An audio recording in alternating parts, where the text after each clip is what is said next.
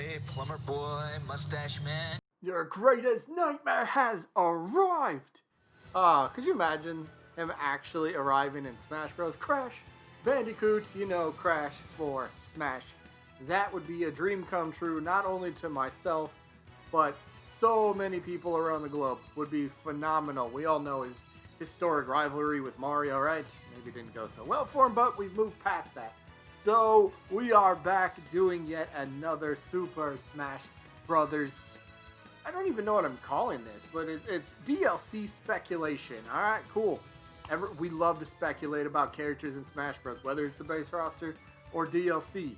We did Waluigi last week, so this week, we are working on Crash Bandicoot. So if you haven't seen this is not a leak. Please do not get that confused. This is not a leak. This is just me showcasing the potential this character has. So I'll be going over some moves for his moveset. Well, you'll see it in the video. So we'll go over the moveset, we'll go over potential spirits and actual spirit fights, and then even his stage. And then, then we can, I guess, leave opinions about Crash Bandicoot down in the comment section below.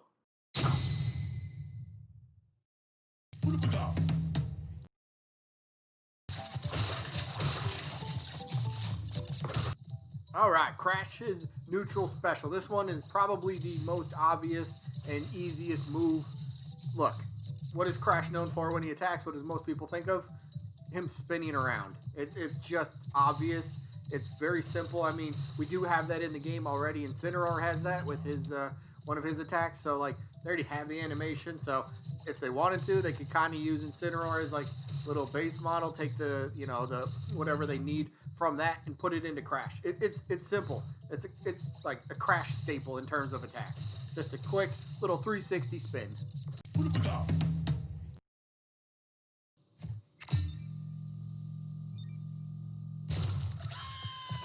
Alright, let's talk about Crash's side special or even potentially forward smash. Now, I think this move works much better as a side special because this is a fruit bazooka, a bazooka that launches fruit. It's meant to be a projectile type of weapon. Now, there are comparisons to Snake's forward smash, which is like, alright, Crash has a bazooka, just aim straight down, make it the same thing as Snake's. I don't like that because this isn't meant to have huge explosions and stuff like that. This is meant to shoot out a little, a piece of fruit. This is meant to be more of a projectile. That's why I feel side special, this fits a lot better. So, yeah, it should be, the move is more based around being a projectile and less like Snake's forward smash. Just some food for thought. Food for thought. Clever.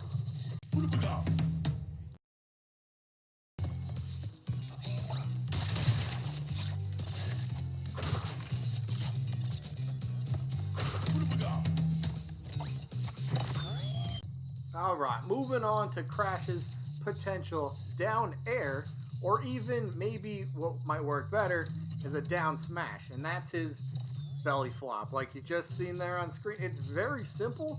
There's already some characters that have that. Incineroar has that. King K. Rool has that type of movement.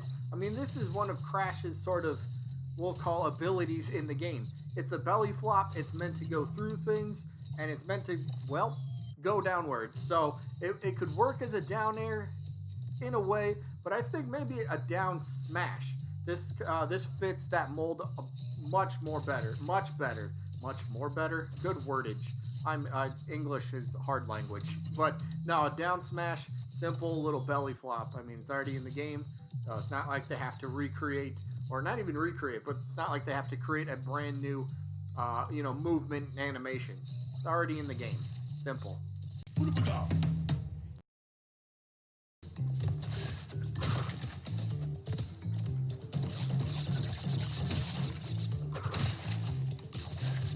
Alright, up special. This one is also very simple to do. It's his arrow crate from the game itself. Now, what does the arrow crate do? As you can see, maybe not this upcoming arrow crate because he destroys it, but the arrow crate is something Crash uses to bounce off of. Now, why is this easy and simple? Look, Sonic has the exact same sort of up special for recovery. So Crash could do the exact same thing. Goes for the up special, all of a sudden, boom, arrow crate pops out from beneath his feet, and he bounces off of it, and then the crate, if you use it above stage, the crate could even come crashing down and be used as its own little projectile, it would have its own little hitbox so you can hit your opponents on the way. You could use it at the ledge to try to catch your opponent trying to get back up. So it's a fun move. We already have something like this in game as well, so it's pretty easy to visualize how this one would work. I mean, obviously, it's Crash bouncing off a crate. Pretty straightforward. All right, Crashes. I think this one works. This is also a move that you could use in a few different places within the moveset. So as you can see, Crash is doing pretty much a slide attack, right? We have that in the game already. So you could end up using this as Crash's dash attack. He just slides into the opponent.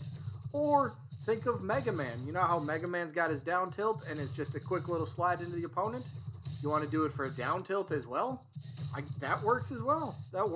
So you got another move that you can use in different spots depending on how the rest of the moveset could end up working out. So quick little dash attack. Again, it's kind of like, I'm calling it, it's like an ability Crash kind of has. So yeah, nice little dash attack. Or yeah, even a down tilt. Either one works for this slide attack.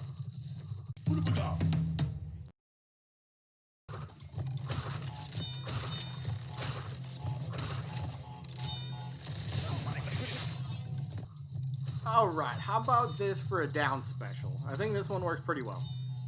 The TNT crate. Now odds are, if you play Crash games, you know what the TNT crate does. I mean, it's fairly straightforward and simple. It's a crate of TNT.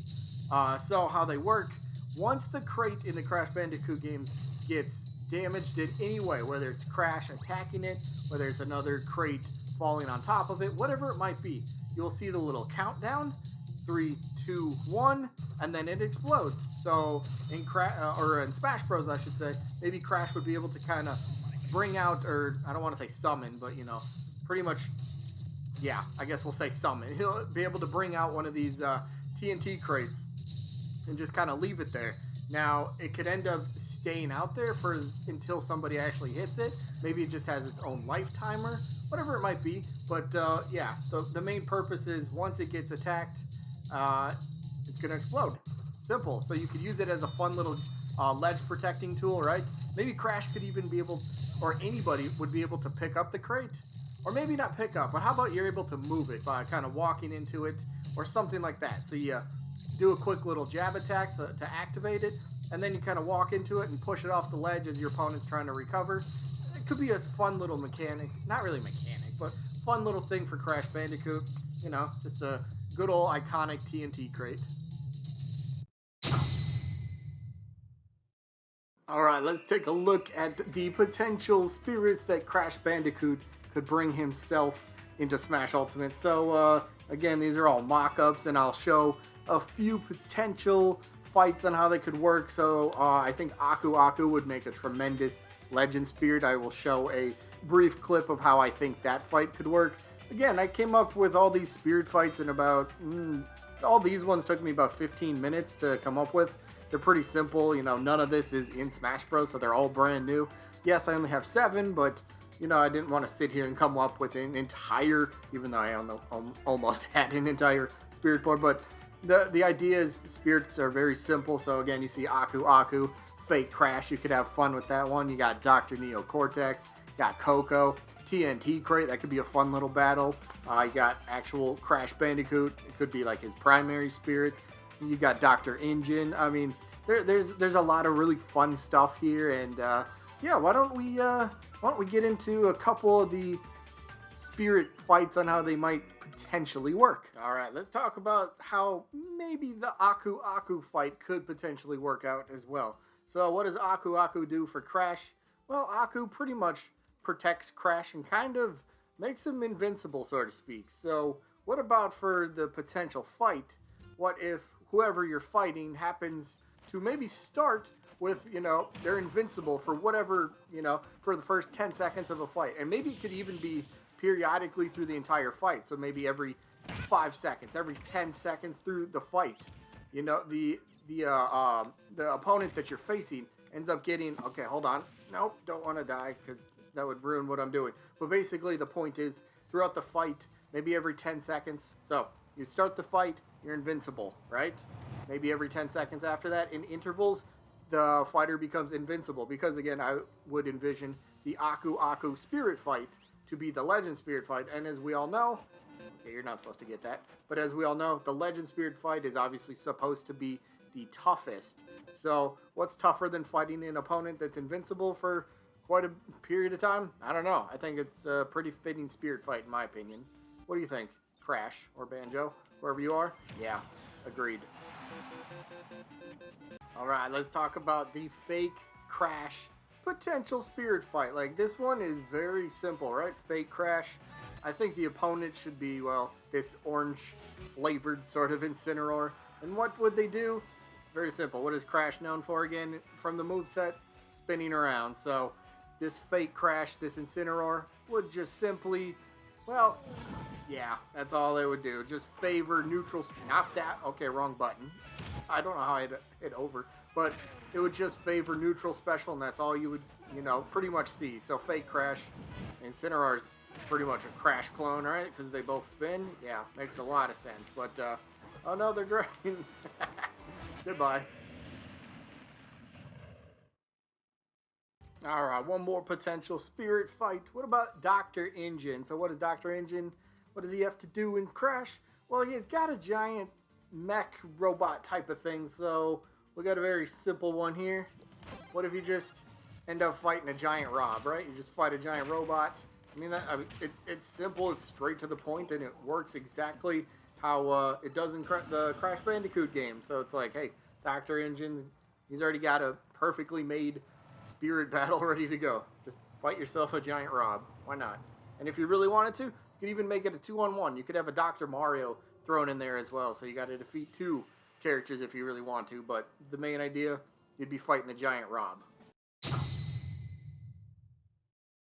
And now for his potential stage. Now this one is just very straightforward. Again, I'm sorry, no real gameplay because it's kind of hard to really pinpoint one exact location. So I'm taking this little screenshot of Wumpa Islands, and that would be the actual name of the stage, Wumpa Island. It's very similar in situation to, like, all right, when you think of DLC characters and what kind of stages, I'll refer to like Banjo, for example. When we thought, okay, what would Banjo and Kazooie's stage be? Spiral Mountain was like the number one thing people thought of. And well, surprise, surprise, that ended up being the stage. So Crash would be in the same situation. Surprise, surprise, Wumpa Islands would have to be a stage. Now, how could you turn what is on your screen? How could you turn that into a stage? I think this one could be pretty simple and just kind of, here's the idea. So you see the tree, right? Ignore like the bridge in the background to the left. That's not really going to be a part of the stage, just be part of the background. But so once you get to the base of the tree, you see like a flat green area. So that could end up kind of being like the top level of the stage. And then you see it goes to the right, and then it kind of zigzags down to the left and zigzags back down to the right. So, for example, Moray Towers, the Splatoon stage, they have something similar to that, zigzag type of stage. So you could kind of do something fun with that. You could even keep the water in this stage if you really wanted to, for swimming purposes, I suppose, if anybody's actually into that. I honestly don't know, but it could be kind of fun. And then maybe somewhat similar to the Hero Dragon Quest stage. You know how like they got those platforms, and then once in a while it's like a chest or something appears. Maybe you could kind of do the same thing with the Crash stage here. If you use the stage as is, don't change it to Battlefield or Final Destination version, use it as is. Maybe, come floating through the water on like there'll be like a TNT crate or something, or a box of Wumpa fruit or something like that. It'd be kind of fun.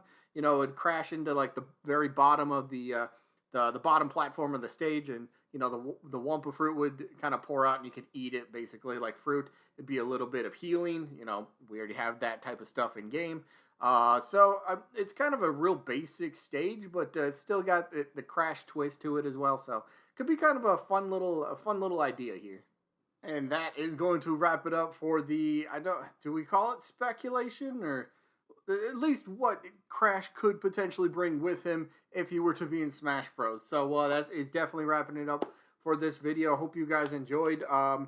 Probably gonna try to continue doing this. I don't know if I want to call it a series, but this is kind of fun to put together for me. So yeah, I think I'm not gonna guarantee one a week, but something I want to continue doing. So yeah, maybe we see another one next week. But yeah, that is it for this one. Thank you guys so much for watching. Let me know your opinions down in the comments. And that is it. So yeah, hopefully we catch you guys on the next one. Peace out, everybody.